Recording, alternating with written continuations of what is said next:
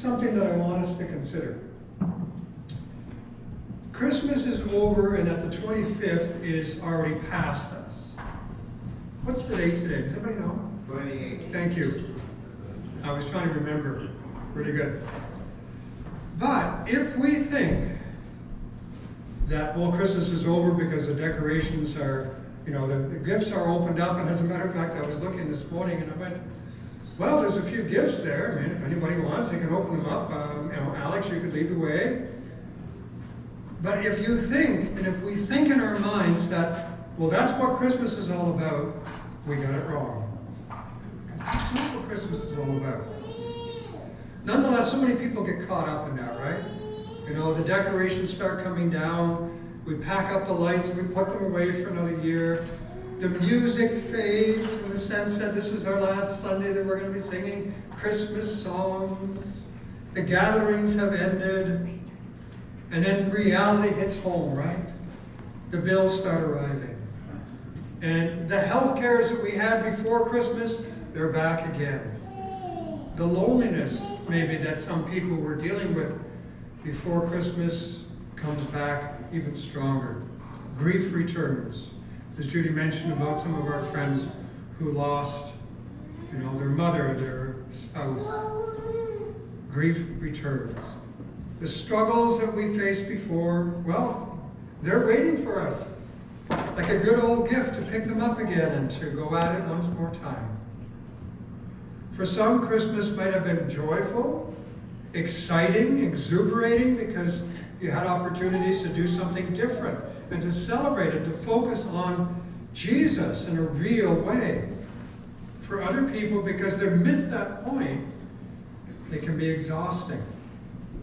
For some, it may be highlighted what they were missing all along, rather than focusing on the presence of Jesus in their lives today. At Christmas time, and at this time of year, where we're only a few days away from the turning point into another year, we're often reminded of just how temporal the gifts that we receive really are, right? I mean, aside from, Lego leaves a lasting impression. Have you ever noticed that? In your foot, when we step on it. But so many things, clothing wears out, technology becomes obsolete. Picked up a phone last year. It was a really good phone, and now they're trying to sell me a new one. Why? Well, they say because that's old and that's obsolete. You need the new. And a lot of other gifts lose their shine. But when we focus on God at Christmas, and when we focus on all the things that God gives us throughout the year, well, that's different, isn't it? And so that's why, once again, I wanted to go in and talk about the gifts that God provides. The gift, we've looked at it already, of hope. Everlasting, enduring hope. The gift of peace. Peace between us and God that makes all the difference in our lives. The joy that He gives us, which is our strength. And the love that it just covers everything, doesn't it? The love of God that never expires. The love of God, and when I was looking at it, and I said it earlier on, it's indestructible. Kind of like a Lego piece when we step on it. But the love of God is indestructible. So that's what we're going to focus on today. And Isaiah chapter 49 is going to help us to understand the depth of God's love. It teaches us that it cannot be destroyed. Excuse me. And that we will never be forgotten, and we will never be abandoned. We will never, ever be forsaken.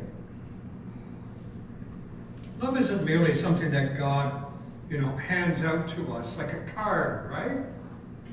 It is a person. It is God Himself. It is the defining characteristic of God.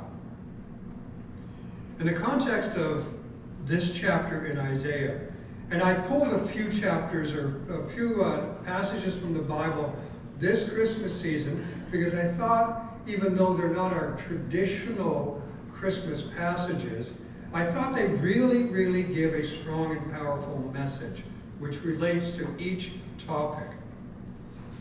So the context of Isaiah is this.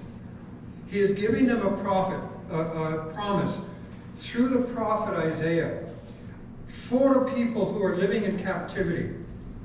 And it's a complete reminder of God's faithfulness. It's a prophetic word given to Israel in their absolute darkest time of their history. They're in captivity, they're in exile, they're far away from their land, they're displaced, they're broken. It's important to remember that they are in this place because of their own disobedience. When we talk about the disobedience of Israel, it's not just a little here and a little there. I mean, they go completely south. And I'm not talking about people who go south for the winter. I mean, they go completely off the rails. And this is why it happens. And yet, in their disobedience, in their exile, God remains faithful.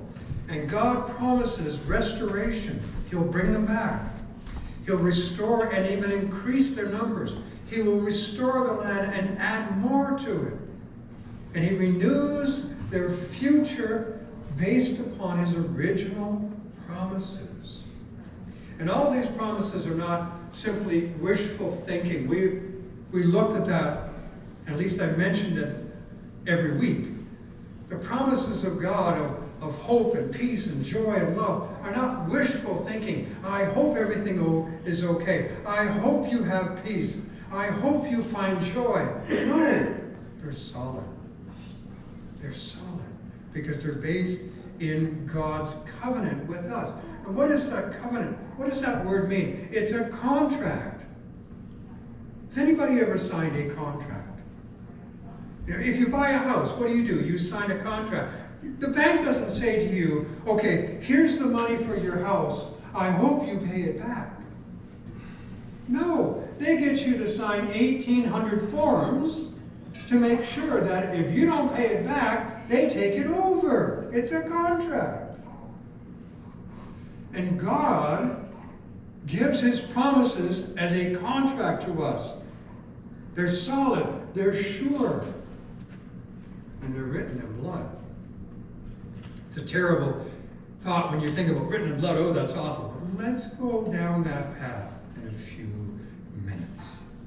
And God is reminding the people living in exile to lift up their hearts, to lift up their eyes, to look beyond their current situation. Now you hear that? To look beyond the current situation. There's something that applies directly to us, right? Look beyond that. You see, because in Isaiah 49, the promise that he provides is not just for restoration of Israel. It's for the restoration of the entire world. In verse 13, listen to what it says. Shout for joy, you heavens. Rejoice, you earth. That means even the frozen north. And if you haven't caught on yet, that's where we live. Burst into song, you mountains. That's Alberta and British Columbia. For the Lord comforts his people and will have compassion on his afflicted ones. That's you and me. That's what he's talking about. Not just them. That's you and me. All of creation. And he's not just simply patching it up. You know, like taking an old dilapidated house and throwing some paint on it. And then standing back and going, wonderful, it's in great shape again. No, that's not what he's talking about. He makes all things new. But what is the response of the Israelites to all of these promises that God has made? They respond with the words, the Lord has forgotten me. The Lord has forgotten me. And that's why I really, really like this, because I see there's such humanity there. There's such real feelings there. I mean, how many times do people we know we try to encourage them, or God tries to encourage them through His Word, through the Bible. And because of their circumstances, all they can think about is, God has abandoned me. God has forsaken me.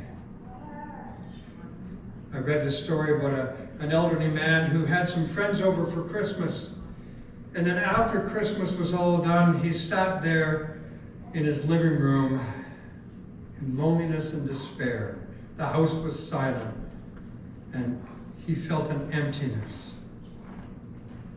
And he thought, well, that's what Christmas is all about. Just having a few minutes of happiness, and then the rest of the time is me and my loneliness. But that's not what Christmas is all about. And God, when He comes into our lives, He's not going to just come in at Christmas time and go, hey, let's celebrate. He's there every single day, every single minute. And even when we don't feel His presence, He is with us. But there are so many times when our circumstances overwhelm us and make us feel like we are alone. And that's what happened. And that's what we hear as a response from the Israelites in verse 13. In verse 14, Zion said, the Lord has forsaken me. The Lord has forgotten me. Because their circumstances are overwhelming where they're at, and overwhelming even the promises, so much so that they can't hear them. They don't penetrate. They don't sink in. In Psalm 137, in the first 4 verses, it speaks about the Israelites who are in exile, living in Babylon, crying because they're unable to sing the songs of Zion while they're being held in a foreign land. Why not? Why can't they? Because their God is not limited to one space, one place. You know, God doesn't just meet us here, right? Boy, that'd be sad if we had